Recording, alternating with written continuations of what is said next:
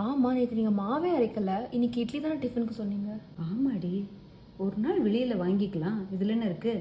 ஆமா, வெள்ளை இட்லி எதுக்குமா?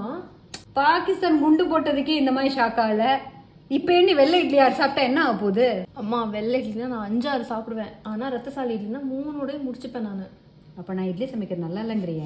இல்லம்மா, நல்லா இருக்கு, சூப்பரா இருக்கு.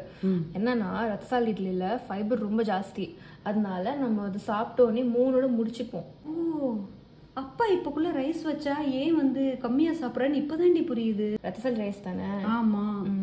ஏன்னா ரத்தசாலியில நிறைய ஃபைபர் இருக்கு. நம்ம ஃபைபர் ரிச் ஃபுட் சாப்பிடும் போது நம்ம கட் மைக்ரோபயம்க்கு ரொம்ப நல்லது. சரி. அதுவும் ரத்தசாலி ரைஸ் மாதிரி ஒரு ரைஸ் இருக்குல்ல, அது நம்ம ஆர்கானிக்கா வேற சாப்பிடுறோம். அதுல ஆன்டி ஆக்சிடென்ட்ஸ் ஹையா இருக்கும். அதுவும் நம்ம கட் மைக்ரோபயம்க்கு ரொம்ப ஹெல்ப்ஃபுல்லா இருக்கும்.